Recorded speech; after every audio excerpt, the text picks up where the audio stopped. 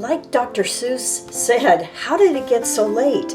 I cannot believe it's the first week in July, and I haven't even gotten a flip up. So here we go. Let's take a look at June. So when we last left off, I was working on this week, and I had it partially done. And if you follow me on Instagram, which if you want to follow me on Instagram, the link is in the description box below. Many of these things I've posted on there. So our hydrangeas were just full of buds. And so I was watching the progression of them as they just burst into bloom. So I documented it in here. And then this image, of course, is on Instagram too. I just really like her. So that finished off this week. And then the next week, this image is from one of the Somerset magazines, and I just took a yellow marker and highlighted around it just to really make it stand out. It's actually just one of the Crayola markers, and I keep them in here, and they look like this, Crayola Super Tips, and they're pretty good. They're pretty vibrant in color, and they're not expensive, and there's a lot of colors that you get. And so I use those occasionally in here, and they do not go through because, of course, you have double pages. So anyway, that was that. And then big excitement in the neighborhood. We had a house fire. Nobody was hurt, and the house wasn't damaged. But it drew everybody out of the house, and there was like 3 fire trucks. And the fireman came out with just holding this little bit, I don't know what it was, looked like a smoking roast or something. And so that was the big news during that week. I got some happy mail from Terry and from Karen, and I just put them in here and to document that. This is a plate that I found, and I really liked it. I think it was out of Real Simple magazine. And I thought it'd make a good image. And then these heels, Ariana Grande was doing another concert, and not that I'm a big Ariana Grande fan, but it was a lot of people who were involved in that concert. And so I thought those shoes were perfect because she wears super high shoes. And I think this is a feather that I got from my friend Patty that she drew. It's a sticker. And I think that's it here. And then on this week, on my Instagram and even in some of the last video, I was doing a black and white to color. And this is an image that I posted that was black and white, and I colored it up with Prisma pencils. And I like the way that turned out. I put a black and white border around it to really set it off.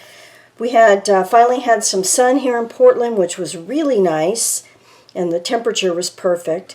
We had our trees trimmed in the backyard, and so what I did was I just put a little flip in here, the before and after of that shot and before and after of that shot, just to record it. Got a new pair of tennis shoes, so I just stuck that in there to remind me. And just various images on here. I love artichokes. They are extremely pricey here in Oregon, so I never eat them, but I love that image. And I think I just did some doodling, and that completed that page. On the next week, picture of Jessie and Mozzie. It was Father's Day. This is a progression, again, of the hydrangeas. And it got really hot here, 98 degrees, and so I marked it that way. A list of my books that I'm reading and practicing guitar, and this was summer solstice, so the day was the longest day of the year, just denoted that. This was a plate. I trimmed the image to fit in here, and I liked it because it looked a little bit like a mirror, and then I just put some rub-ons around the edge of that.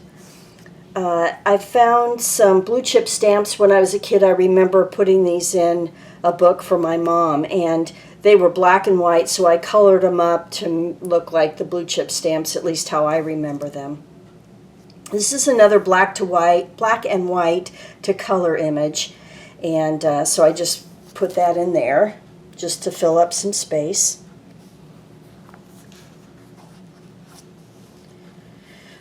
Again, another black and white to color image. I was really on a kick doing this. And as you can see right in here, these polka dots were not here, I just added those. The same thing to this table. I just put some squares in there to kind of highlight it. And let's see what else. I just added bits and pieces of words and just little cutouts. This was talking about zines. I've sent out a ton of zines, and so I just found these postage stamps and liked them and thought that's what I was going to put in there. And then I made a recipe for lemon pound cake, and I was just recording that. Had a haircut, and this is the envelope for my zine, the image that I used on it, and I liked it a lot. This image was just like this, and I wanted to use it, so I made it look like she was holding this clipboard up. And then this is just a bulldog clip that I copied on the printer. I just put it down, made a copy, and then cut it out. And it looks real. I like the way that looks. It's fun. And again, I just did a lot of doodling and just little bits and pieces to fill in the spots, the white spots. And that, look, here's the center of my magazine. So this marks the end of my journaling, because you remember I was going to do 6 months of this and then 6 months of art journaling. Well, I really have not done anything in this. I'm not going to abandon it. I'm going to still keep this going when I feel like working on it. I just really haven't had much, I don't know, mojo to do anything in here. I've been working in my traveler's notebook. So I'm going to be moving into this journal now for the rest of the year, starting in July. And I've got it all ready to go, and I just need to get moving on it. Don't know what I'm going to do for the cover yet. Maybe when I come back next month, I'll have the cover done. I don't know. Sometimes I wait a little bit until I do the cover just to figure out what I want to do. So let's take a look at my traveler's notebook. Okay, here we are with the traveler's notebook. Someone had asked me about my cover and thought it was washi tape. And it's just the Jane Davenport paper. It was one of the papers in there. It's not washi tape. And I just laid it down.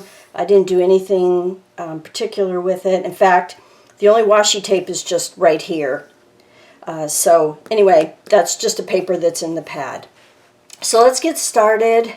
When we left off, this was the last one that we looked at. And no, maybe these two were the last two that we looked at. And then this one I just had the background done. And so she was just an image that I colored up. One of the black and white to color. So she was black and white, and I just colored her up with Prisma pencils. I put some polka dots on there like I like to do. And then just cut a flower in half and stuck it on her head. And then here, at first I was going to put all pink washi tape up here. And then it just dominated, but I did want to bring in some pink to coordinate with that. So I had some blue, and I just, right at the horizon line, I switched it out. Okay, then these two you saw on the black to white video, black and white video that I did. And now I have them, of course, here in my journal, and I even think I showed them to you in my journal. But for those who hadn't watched that video, this is just a background that I got out of a magazine. It's just a flower ad. And then here's the woman, and this is where I took paper and cut out her skirt on that, added some butterfly wings, and the humdinger was right there. So I just left that because I liked it. On this page, this image changed quite dramatically, and I added butterfly wings and just colored her up, added a couple horns, and then I did a border around here with various pieces of a digital download. And I'll leave the link to that kit in the description box. Okay, here's the next one. Again, this was a jelly print, one of my jelly prints in the background. And then this was a black and white image that I colored up. Again, from that same digital kit, I just did a border around here. This body was from that, and then the arms and the legs. Just did a little bit of stamping and some words from, I think it was from Tim Holtz's collection of chatty stickers or something like that. So I liked how this one turned out. It's really cute. Okay, this one was just scrapbook paper in the background, and some bingo tickets, and just some words that I liked. And then this one's pretty altered from how it was originally. So I added the arms, and everything in here is just kludged together to make this image. And added the glasses. I think it turned out cute. I like it. And I reversed the arms. This is really the right arm, and I put it here because I was putting them up in the air, and I just wanted to turn them a little bit so it looked more natural. Anyway, so that's that one. And then these are the last two that I did this month. We'll go ahead and just focus on this one right now. So this was an image where again, when I was showing you the black and white to color, I did this image, and I colored her up. I cut off her head, her body's over here, and then I just added a little piece for her neck. This was a flower that I put behind her.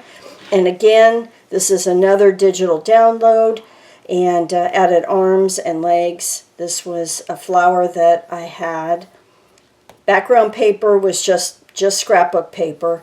And then this was a transfer, packing tape transfer, only I just used Scotch tape because I didn't need the big wide packing. Scotch tape was just wide enough for that.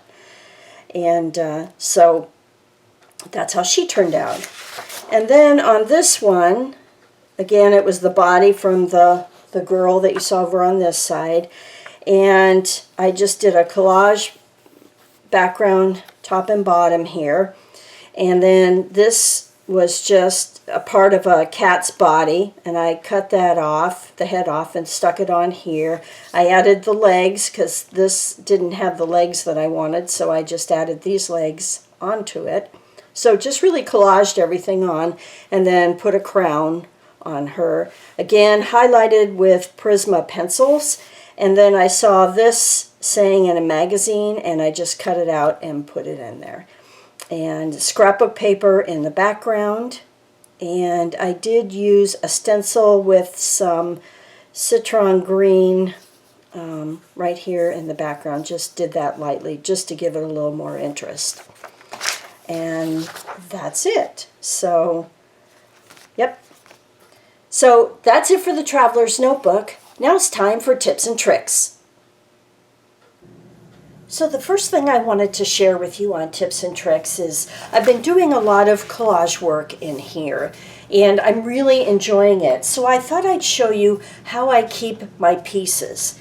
So I keep them in just a little box like this, which right now is sufficient to hold everything. It's actually the same box size that I use for my washi tape. And that's one of the things I find. If I can keep my boxes all fairly uniform, they stack nicely. So anyway, this is the box I keep it in, and then I just divide them up into little plastic bags. That stops me from getting way too many pieces, and the pieces are small enough that they fit in these nicely. And I just clip them with a clothespin, and it works great as far as holding them together. And then what I've done is I just take a piece of masking tape and label it. So I have one for borders and arms and legs and faces and miscellaneous, just little pieces that I might want to put. I also have one for bodies that's not here right now, but just do it that way, and it makes it really easy to find what you're looking for. And then I can just easily dump them out or look through the bag and find what I need without it getting spread out all over. The other thing I like about this is not only can I store this in here, but when I'm cutting up my collage sheets or a magazine, I've got my categories ready. I keep a few extra plastic bags in here that already have the masking tape on them, and then I just basically, my kit usually looks like this. I've got a pen so I can write on it. I keep a glue stick in case I'm going to work on it, and a pair of scissors. And that pretty much gives me everything I need so that when I'm ready to collage, I can just pick this up and go. For the second tip, let's talk about packing tape transfers. I have a lot of new subscribers, and quite a while ago I showed you how to do this. And because I've been using it a lot recently, I thought I'd show everyone again how to do it. So in my journal here, I happen to use one with just Scotch tape, transparent Scotch tape. And so I'm going to show you how to do this. It's very simple. I'm going to show you one with packing tape and one with Scotch tape. And not only can you use it like this when you want something transparent, but I also use it in my daily journal or my weekly journal. Sometimes I want a header that doesn't have, say, a white background on it, or it has another color. If I just want the words, this is a good option for that. So you're just going to need a couple things. You're going to need a bone folder so that you can make sure that it's pressed down well, a pair of scissors. You're going to need water in a little tub, or you can do it in your sink. You just want to make sure the paper pulp, when you pull the backing off, doesn't go down the drain. So I work in this generally. And then you're going to need Scotch tape or packing tape. Now, in this case, I've just got Target's generic brand, so that will work just fine. So for Scotch tape, you just basically need to find something that's about the right size. And this one just happens to be perfect. And so what you do, and the hardest part is that once you pull the tape out, the piece automatically wants to attract to it.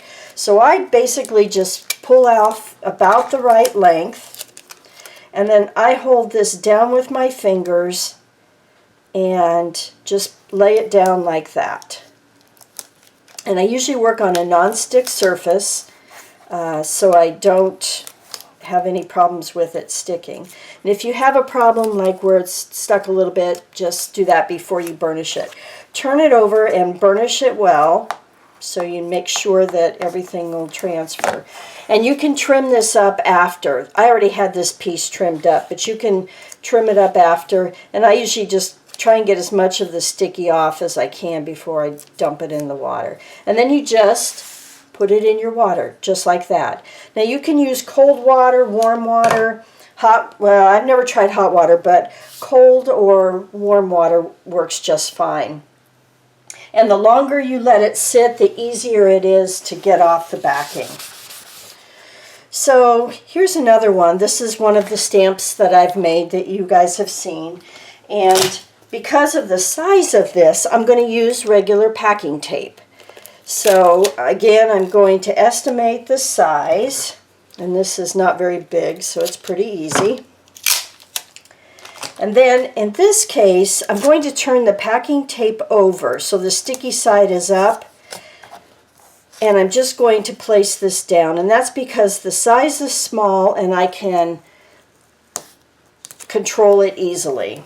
Again, burnish it like that, and then go ahead and dump it in the water. And again, I've got some sticky that's on the outside of that, and I'll trim this stamp down after I pull everything off to the size that I want. But I'm just going to dump this in the water and let it sit there. So for time's sake, I have a couple in there just so you can see, and you want to have a paper towel ready so that you can just let them dry on that. They will be still sticky a little bit from the tape, and I just use regular old glue stick to basically glue them down. And because it disappears, you know, I use this purple one, it just disappears and goes away. I did it on this journal piece, and you know, you can't see it. So once it dries, it's gone. So let's go ahead, and what you do is you basically, if you leave it in there long enough, it will come off in one piece.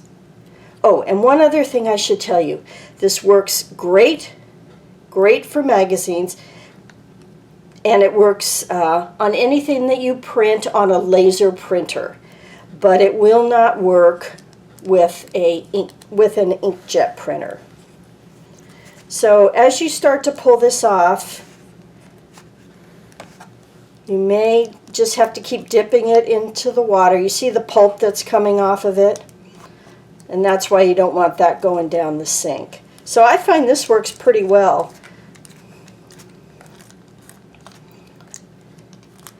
And then you get your transparent image. Now this was printed on a laser printer, so I don't have any problems with it disappearing. It'll just rub right off if you have it on an inkjet. And so I'm just going to turn that over for a second and let it dry. And obviously, if you rub hard enough, you can rub off the color. So you just want to be careful on that. Now, this was a bingo ticket, and I don't know if I can get this to come off if I've soaked it long enough. But what was neat about this was it came off in one big piece. Now, it is a heavier paper, and it does take quite a bit of soaking to get it off, but I do want to show you that when you can get it off in a piece, and then it makes it transparent, which is super cool on your backgrounds. This one really needs to soak even longer. I've probably had it in the water like 10 minutes, and because the paper is so thick, it does take longer. But you could also use scrapbook paper if there was an image or a phrase that you liked. So you can kind of see how it's starting to get transparent. It just isn't pulling off. I need to really soak it a little bit longer. So if you have some papers that don't, just let them sit there in the water. And now it's starting to come off a little bit better.